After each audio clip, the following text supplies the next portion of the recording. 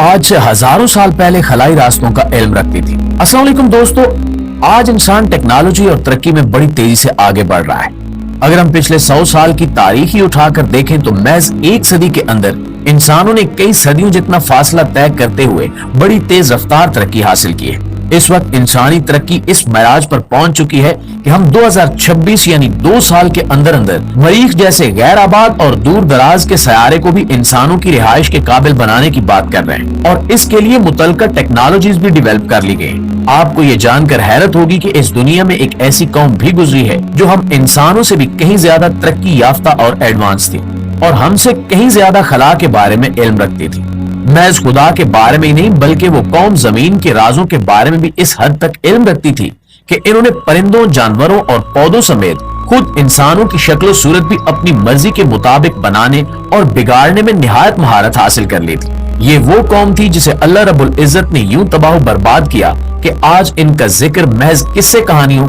और आसार कदीमा में ही मिलता है। ये कौन सी कौम थी जिसके पास इस कदर इल्म था और इसके बावजूद वो तबाह बर्बाद हो गए? यही हमारी आज की वीडियो का मौजू है। नाज़रीन गिरामी, अगर हम ईसाइयों की मजहबी किताब बाइबल के अहदनामा कदीम यानी हज़रत मूसा अलैहिस्सलाम और उनसे पहले के पैगंबरों के बारे में पढ़ें और इसके बाद हम हज़रत इदरीस अलैहिस्सलाम के एक सहाबी की लिखी हुई किताब द बुक ऑफ अनूख का मुताला करें तो हमें चंद निहायत हैरान कुन चीजें देखने को मिलती हैं। हज़रत इदरीस अलैहिस्सलाम के सहाबी की लिखी हुई इस किताब में एक ऐसी कौम का जिक्र है जिन्होंने इंसानी जिस्म की महदूदियत को भांपते हुए अपने आप को निहायत अजीबो गरीब अंदाज से डेवलप कर लिया था। हम जानते हैं कि इंसानी जिस्म एक हद तक ही सख्त काम कर सकता है या एक निहायत ही महदूद दायरे में मुख्तलिफ काम सरअंजाम दे सकता है, जबकि दूसरी जानिब मुख्तलिफ अकसाम के परिंदे और जानवर बहुत सारी सलाहियतों में इंसानों से आगे हैं। हालांकि इंसान अपनी एक सिफ्त की वजह से पूरी दुनिया की मखलूकात पर हावी कर दिया गया है और ये सिफ्त अकल की सिफ्त है जो अल्लाह ने इंसान को अता फरमाई है। इसके बावजूद जमीन की तारीख में एक ऐसी कौम भी गुजरी है जिसने महज अकल पर इक्तिफा नहीं किया और अकल के साथ साथ जिस्मानी सलाहियतों के एतबार से भी अपने आप को एडवांस करने के लिए उन्होंने अल्लाह रब्बुल इज्जत की तख्लीक को बदलना शुरू कर दिया। ये कौम वैसे तो हजरत आदम अलैहिस्सलाम के जमाने से शुरू हो गई थी, लेकिन तादाद में कम होने के बायस ये लोग ढके छुपे अंदाज में अपना काम किया करते थे। असल में ये वो लोग थे जो अल्लाह की जात पर ईमान नहीं रखते थे या शिर्क जैसी बीमारी में मुब्तला होकर आहिस्ता आहिस्ता अल्लाह की जात पर यकीन ही खो बैठे थे।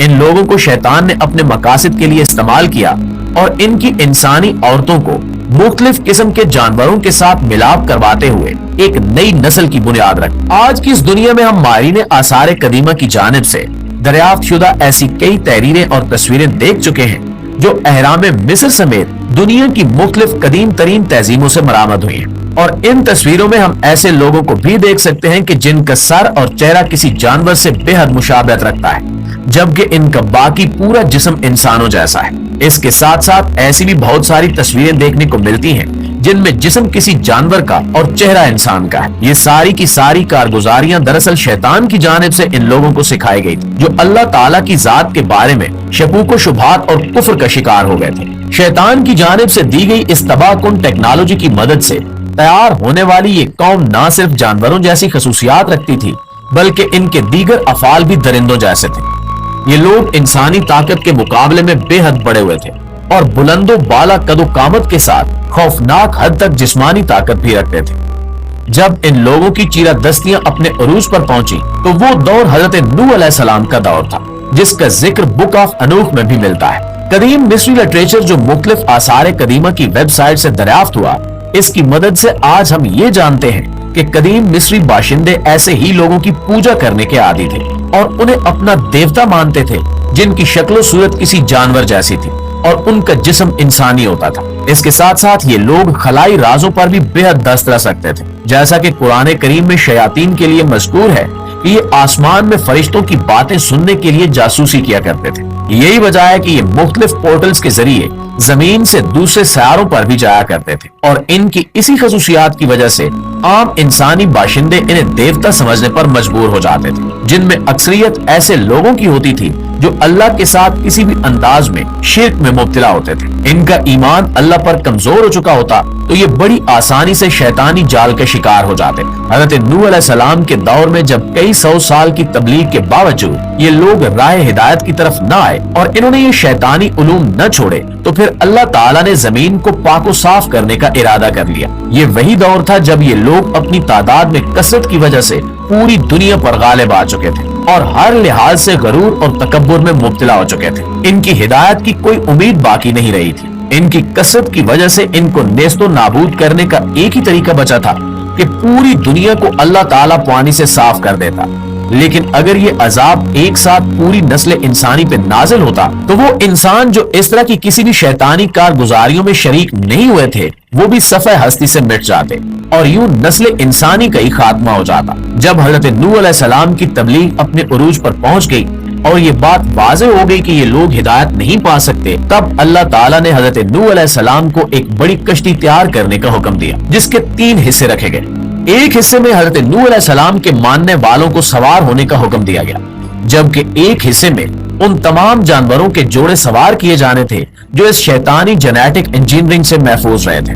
جبکہ تیسرے حصے میں دنیا بھر میں موجود پودوں اور نباتات کی وہ تمام اقسام رکھی جانی تھی جو اپنی اصل شکل میں موجود تھی۔ اسی کشتی کی تعمیر کے دوران بھی ان کفار نے جو شیطان کے پیروکار تھے حضرت نوح علیہ السلام کا بہت مذاق اڑایا،